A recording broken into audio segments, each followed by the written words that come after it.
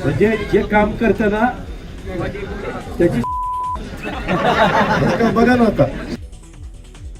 पाहणी करताना अजितदादा पूरग्रस्तावर घसरले.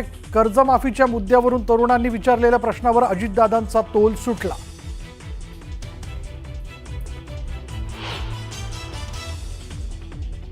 शासन म्हणून मी आपल्याला या निमित्ताने आश्वस्त करतो की सगळे निकष बाजूला ठेवून आम्ही सर्व शेतकऱ्यांना सरसकट मदत करणार आहोत. नुकसानग्रस्त शेतकऱ्यांना सरसकट मदत करणार मुख्यमंत्री देवेंद्र फडणवीसांची पाहणी दौऱ्यावेळी सोलापुरातून घोषणा.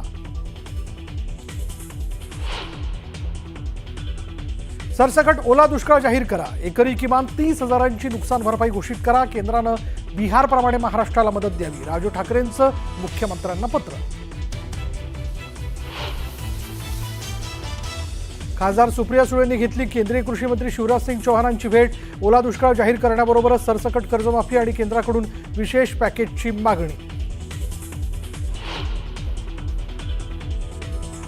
भाजपचं शिवसेनेचे मंत्री आमदार पूरग्रस्तांना मदत करणार. 1 महिन्याचं वेतन पूरग्रस्तांच्या मदतीसाठी देणार. तर राष्ट्रवादीचेही सर्व मंत्री खासदार आमदार सीएम सहाय्यता निधीला देणार 1 महिन्याचं वेतन. फोटोंऐवजी मदतीच्या किटमध्ये काय आहे ते पहा. विरोधकांच्या टीकेला एकनाथ शिंदेंचं उत्तर. तर मदतीचा टेम्पो गावकऱ्यांनी परत पाठवला.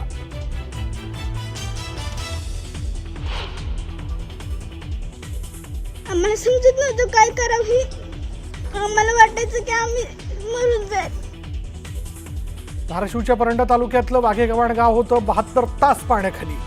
संसाराचा चिखल पाहून गावकऱ्यांच्या डोळ्यात पाणी. सर्वात आधी गावात पोहोचलं न्यूज 18 लोकमत. उत्तर सोलापूर तालुक्यातील तिरेगाव पाण्याखाली. गावातील शेकडो कुटुंब स्थलांतरित. शेती पिकांचं प्रचंड नुकसान. नुकसानग्रस्त शेतकऱ्यांना तात्काळ मदत करा. दिरंगाई केल्यास महाराष्ट्र जाम करू. नुकसानीची पाहणी केल्यानंतर मनोज जरांगेंचा इशारा. नंदुरबारमध्ये आदिवासी युवकाच्या हत्येच्या निषेधार्थ मुकमोर्चाला हिंसक वळण. जिल्हाधिकारी कार्यालयातील गाड्यांची जमावाकडून तोडफोड. जमावाला कंट्रोलमध्ये आणण्यासाठी फोडल्या अश्रुधुराच्या नळकांड्या. पूर्ण राज्याच्या मागणीसाठी लडाखमध्ये हिंसक निदर्शनं. विद्यार्थ्यांनी भाजप कार्यालय पेटवलं. पोलिसांवर दगडफेक. सीआरपीएफ वाहनं जाळली. 4 मृत्यू झाल्याची माहिती.